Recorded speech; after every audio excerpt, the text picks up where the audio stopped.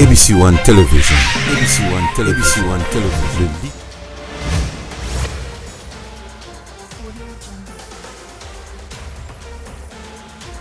Et ben voilà, fidèles abonnés de ABC One, vous tous qui êtes comme ça habitués de nous suivre chaque jour, nous vous apportons de l'information, de la formation, pourquoi pas de la culture, hein, parce que nous sommes là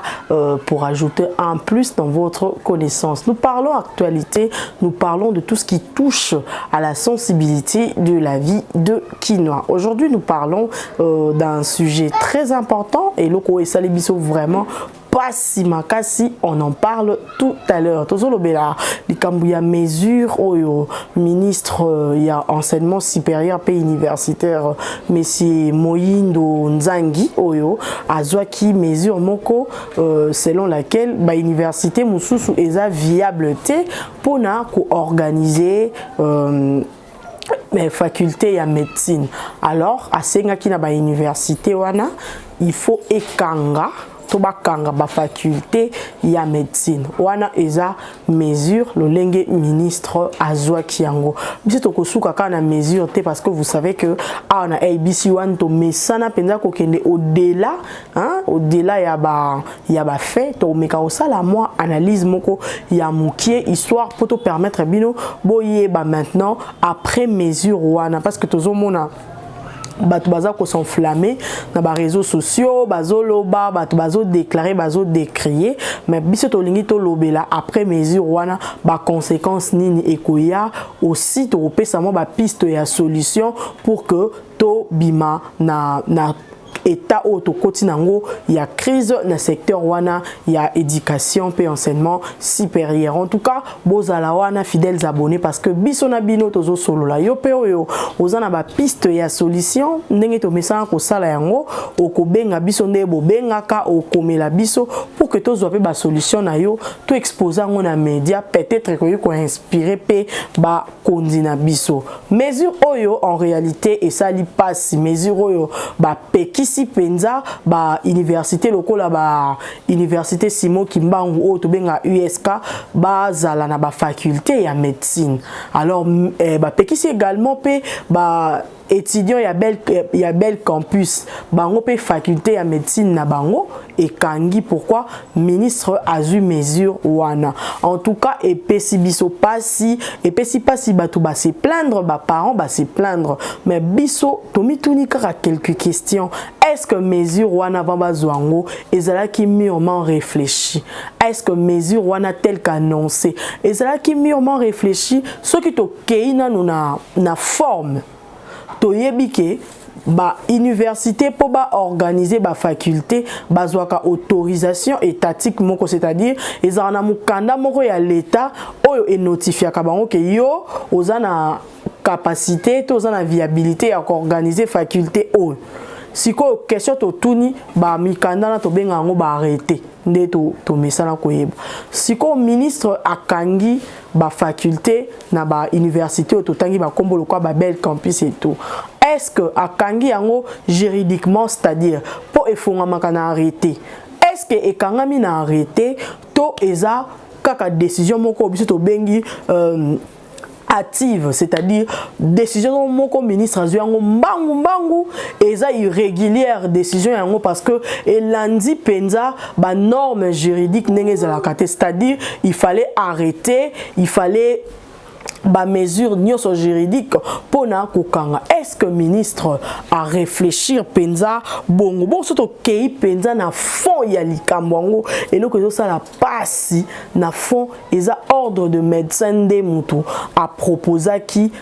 liste ya ba université oyo eza ki viable na oyo eza ki viabilité tomi tuni na mboka oyo. Est-ce que ordre ya ba médecin azana ba prérogative ya ko instruire na ministre to ya ko proposer na ministre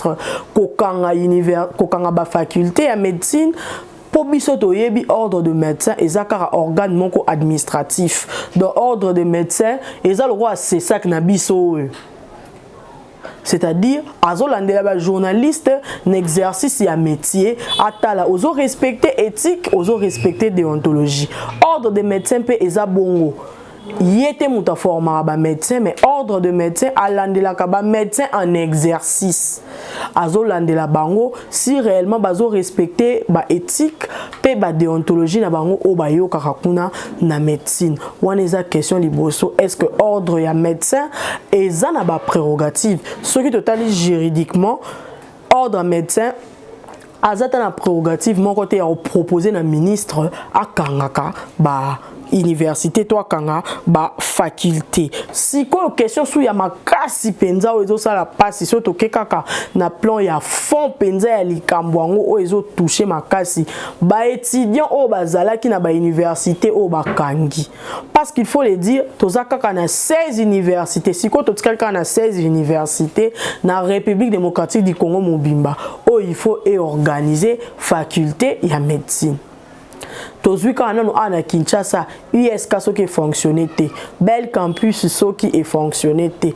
est-ce que ba étudiant wana o baza ebele na USK baza ebele na bel campus na ba faculté mususu o ba kangi na ba université mususu est-ce que ba étudiant wana ba penser na bango ministre a eu mesure oui tika to qualifier mesure wana eza ba mesure mo to bengaka ba décision mo populaire c'est-à-dire décision mo mutazuka pour s'appeler sa population to pour s'appeler sa groupe a bato mo boye mais à réfléchir penza makasi na mesure wana te pourquoi ba étudiant siko o batikali o bazana ba faculté o ya kangi na ba université wana a réserver les bango sort nini parce que lelo admission et comment passe na ba université. Est-ce que ba université o etikali neti na Kinshasa e kozala mzi ya kosangisa na ba étudiant bakangi ba faculté na bango kuna na ba étudiant mususu basangana wana ezaka ba question o biso toza komituna avant to pesa ba piste ya solution problème mususu eza que problème ezali nango na qualité ya ba enseignement bazo pesa te qu'on se le dise net entre nous soit dit kaka ba professeur ba pesa cours na unikino ba pesi viabilité ko organiser ba faculté ya médecine ba professeur wana bango pe ba pesa ka na USK parce que c'est presque le même professeur nde bakenda ko pesa a pesi cours kuna siko est-ce que secteur problème eza na secteur problème eza na ba université te problème au ministre il fallait traiter les problèmes na likolo avant à sanctionner la faculté ya médecine ou à sanctionner la université mususu parce que problème est où tu na qualité d'enseignement et ça charge ya ministre yemoko il fallait banda ko bongisana no secteur na ye ameka ko réguler un peu ba faculté ya médecine s'il faut ko pona ba professeur ou ba opesa cours ndeko pona ko sélectionner parce que lelo bazolo ba ke ba faculté ba université mususu baza viable té pour encore organiser qualité enseignement si et qualité plutôt faculté ya médecine sikoyo ba étudiant wana oh baza mal enseigné par qui ba professeur siko ba professeur o ba enseigner mabe pourquoi bande comme sous balobi salaire ya ba enseignant professeur azo pesa cours na ba faculté makasi lo kwa médecine parce que to ko lo bango ba faculté mususu ndeti batu ya ba lettres akosa ne erreur na place aller à lobby là na place à publier livre mo ba balusi couverture et au ça na lo côté mais étudiant médecine au batangisi bien té asali siko le na place à las ko na nzoto a mutu et au souka ndenge nini ndelelo tozo mona ba jeune médecin o bazo bima c'est vrai ba cibler ba université o ba mona ke ba otangisa bien té mais moi je trouve que le problème n'est pas na ba faculté wana problème est na organisation il y a secteur et enseignement supérieur et universitaire le problème c'est là parce que tozo pena ba étudiant mususu ba uti na ba USK o na ba effort na bango moko bazo briller les capés ba étudiants ba outi na unikin lelo ba médecin o makasi ba outa na unikin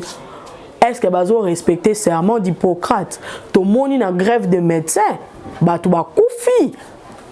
moi si azana kaya césarienne asengi aide na ba médecin ba sunga ba opérer mais parce que azaki na mbongo te ba médecin na ba boko traiter ba boyi baboko opérer jusqu'à ce que a perdre mwana mwasi wana pa kokai kokufa wana nyonso baza ba médecin o baza formé pe okotala ba médecin o makasi o tozo kumisa o batangi bien baza na respect ya éthique na déontologie na bango te serment d'Hippocrate bazo banga yango te alors problème eza na ba université to problème eza nde kuna na ministère ya enseignement supérieur et universitaire et si il fallait ba réguler un peu secteur wana ba luka ko bimisa ba bourse ya l'état il fallait ko luka ko bimisa ba bourse ya l'état pour que ba étudiants baza brillants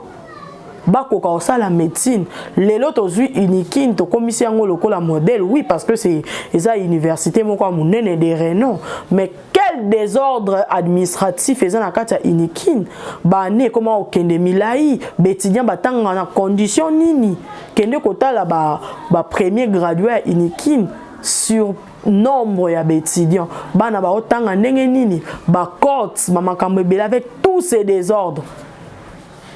Est-ce que problème est où na université, to problème est où na likolo. Pe mesure yango kaka ya ministre tozo lobela. Article biso 16 universités à PAM.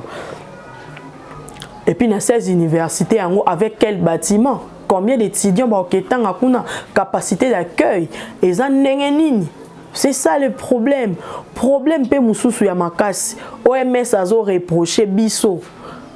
Tozakaka dans batali monnaie na RDC superficie na biso étendue à territoire na biso batali na nombre de population donc sur 100% ya ba médecins au photos anango selon ba calcul ya OMS tozakaka na 5% ya pamba ya ba médecins sikoyo bakangi ba faculté ya ba université mususu c'est-à-dire projet au OMS azanango pona ko encourager ko organiser ba faculté ya ba médecine na ba université mususu projet on ezo kene par terre c'est-à-dire so totali parce que biso tozora ba mesure sans voir l'avenir sans projeter so totali dans 10 ou 12 ans nombre ya ba médecins et vous allez réduit parce que ba médecins ba comme obima mukie pourquoi parce que ba faculté ba limité na ba université moko wana nyonso eza ba question oyo toza komituna est-ce qu'il fallait commencer par là est-ce que priorité ezalaki kokanga ba université ba faculté na ba université to priorité ezalaki na kobongisa ba secteur wana nyonso enseignement supérieur universitaire secteur lokola ba EPST wana il fallait ko banda ko bongisa kuna ko luka ba bourse il y a des étudiants brillants ba professeur otozo betela tolo lelo ba tondi na unikin baza ba professeur au République démocratique du Congo bimisité bazui ba bourse libanda ba bourse ya libanda nde pesi bango makasi wana bazwa pouvoir ya kobano pesa siko baku et lelo tozo betela bango tolo comme si bazaki ba fruit ya mboka c'est vrai que bazaba na mboka mais ils ont étudié ailleurs avec le frais ya ba mboka misusu awa biso mona RDC combien de boursiers to bimisa par année combien des étudiants oyo biso to bimisaka na année na kala ezaki bano baza mayele peu importe moyen ya ba parents akozwa droit ya kotanga soki osala médecine l'état akolandela et parce que baza na posa à rendre service plus tard na mboka na biso mais lelo ekomi pasi alors est-ce que bazo réfléchir lobby à mesure oyo kozala nini est-ce que conseil de ministre evandaki pour réfléchir sur les cambo sort ya ba étudiant sort ya ba pauvres parents o ba sali makasi ba tangisi bana kino ba koma na ba niveau o lelo bakangi ba faculté apesi bango moyen nini prérogative nini apesi bango instrument nini ba osala po bazala accepter to admis na ba université oya tiki et puis ba université oya komisi viable abongisi nini pona yango e yamba ba étudiant mususu o bazoya o bakangi ba faculté wana ezaki ba question ya makasi o biso lelo tomi tuni na ABC wana pona mokona lelo mais le quoi to message ko pesa ba piste à solution je crois que ba piste à solution yango to pesi régulation ko bongisa il fallait utaliko